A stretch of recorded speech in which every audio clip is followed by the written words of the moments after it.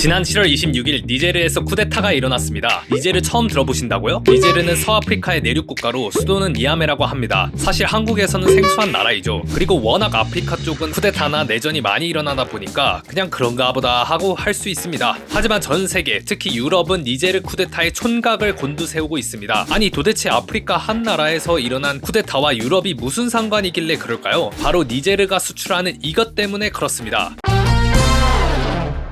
니제르는 대표적인 우라늄 수출 국가입니다. 우라늄 매장량이 세계 5위로 니제르 주요 수출의 80%를 차지하고 있다고 합니다. 이건 거의 뭐 나라 이름을 우라늄으로 바꿔도 될 정도이죠. 우라늄이 뭐냐고요? 얼마 전에 개봉한 오펜하이머에서도 자주 등장한 원소인데요. 네, 핵폭탄에 쓰입니다. 그리고 원자력 발전에도 쓰이죠. 우라늄이라는 원소는 중성자라는 작은 입자를 맞으면 핵분열되면서 중성자 3개를 방출합니다. 그럼 우라늄 옆에 우라늄이 있으면 그놈도 핵분열되고 중성자를 방출하겠죠? 근데 중요한 것은 핵분열될 때 엄청난 에너지가 나온다는 것입니다. 이 에너지를 전기 에너지로 변환한 것이 오늘날의 원자력 발전의 원리입니다. 유럽 중 특히 프랑스가 원자력으로 유명한 거 아시죠? 원자력 발전의 재료가 되는 우라늄을 니제르에서 많이 갖고 오고 있습니다. 유럽 원자력 공동체 공급청에 따르면 2021년 기준 니제르는 EU가 수입한 전체 우라늄 가운데 약 4분의 1을 점유한 최대 공급원입니다. 이는 EU 전체 원자력 에너지 생산량의 절반 이상을 책임지는 프랑스가 과거 식민 지배했던 니제르로부터 전체 우라늄 수요의 15% 이상을 공급받고 있기 때문이죠. 자국 내 전력 생산의 70% 이상을 원전에 의존하는 프랑스는 니제르 우라늄 광산의 최대 주주이기도 합니다. 근데 쿠데타가 일어나면 우라늄 수급에 문제라도 생기는 걸까요? 네, 문제가 생길 수 있습니다. 애석하게도 쿠데타 군부 세력이 친러시아 반프랑스 성향이기 때문입니다. 원래 니제르 국민의 프랑스에 대한 인식이 안 좋았다고 합니다. 아무래도 식민 지배를 받았으니까 그렇겠죠. 그런데 이번 반프랑스 성향의 쿠데타가 성공하면서 유럽의 에너지 공급망에 위협이 되고 있는 것이죠. 특히 쿠데타로 인해 물러나게 된 바줌 대통령의 복권을 위해 프랑스가 개입하고 있다는 얘기가 세간에 돌면서 프랑스에 대한 반감이 더 깊어지게 되었습니다. 러우 전쟁도 관련이 있습니다. 정치 전문 매체 폴리티코는 우크라이나 전쟁 발발 이후 러시아의 화석연료 무기화에 맞서 원자력 발전 비중을 대폭 늘려온 EU가 타격을 받을 수 있다고 분석했습니다. 즉 러시아에서 공급받던 천연가스의 수급이 불안정해지니 대안으로 원자력을 늘려왔던 것이죠. 근데 그 원자력의 연료인 우라늄 수급마저 불안정해지니 유럽이 불안해할 수밖에 없습니다. 영국과 프랑스 같은 일부 유럽 파트너들이 니제르에 대한 원조 중단을 계획하고 있다는 발표가 나오기도 했는데요. 에너지 공급망을 위한 국가들의 수싸움이 치열해질 것으로 보입니다. 우라늄을 둘러싼 갈등을 보았는데요. 이중 반도체 경쟁이 격화하며 핵심 자원을 무기화하는 것이 세계적 추세로 자리 잡아가고 있습니다. 석유 같은 에너지 자원을 두고 싸웠다면 요즘은 광물 자원을 두고 싸우며 그 대상이 확대되고 있죠. 중국은 지난 8월 1일부터 차세대 소재로 꼽히는 갈륨과 게르마늄의 수출 통제를 시작했습니다. 중국 업체들이 갈륨과 게르마늄을 수출하려면 국무원의 허가를 받아야 된다고 하죠. 물론 대체 수입 파이프라인 확보가 가능하고 갈륨의 경우 미래 반도체 개발을 위한 연구용 소재로 주로 쓰이기 때문에 당장 생산이 막힐 정도는 아니라고 합니다. 그러나 중국이 이러한 조치를 통해 세계에 경고를 보냈다고 해석할 수 있죠. 특히 한국의 주요 먹거리인 배터리의 제조 5대 핵심 광물은 리튬, 니켈, 코발트, 망간, 흑연인데요. 이것들 모두 중국의 점유율이 높습니다. 앞으로 중국이 이러한 광물들을 가지고 어떤 압력을 행사할지 모르는 것이죠. 따라서 세계는 다양한 파이프라인을 통해 핵심 자원을 확보하고 공급망을 안정화하려는 노력에 힘을 쏟고 있다고 합니다. 자원 빈국인 한국 역시 해외 자원 개발을 비롯한 공급망 다변화에 신경 써야 한다는 목소리가 나오고 있죠. 한국의 공급망을 확보한 좋은 사례가 있는데요. 바로 포스코 홀딩스의 리튬 공장입니다. 포스코 홀딩스는 지난 2018년 아르헨티나 리튬 소금 호수 관건과 호주 필바라사의 광석 리튬 광산 지분을 인수해 안정적인 리튬 원료 공급처를 확보했습니다. 이후 리튬 생산 공장을 짓고 있죠. 포스코 홀딩스는 염수, 광석 리튬 생산 기반을 강화하고 비전통 리튬 자원도 개발해 2030년까지 리튬 30만 톤 생산 체제를 완성한다는 계획이라고 합니다. 이런 기업들이 더욱 많아지면 좋겠네요. 차세대 산업들에는 광물들이 필수이기에 국가 간의 경쟁이 치열해지고 있습니다. 글로벌 공급망 전쟁에서 우리나라와 기업들이 현명하게 대처하여 미래 산업에서 선두를 달릴 수 있으면 좋겠습니다. 지금까지 비즈토랑이었습니다. 구독과 좋아요 눌러주시면 큰 힘이 됩니다. 감사합니다.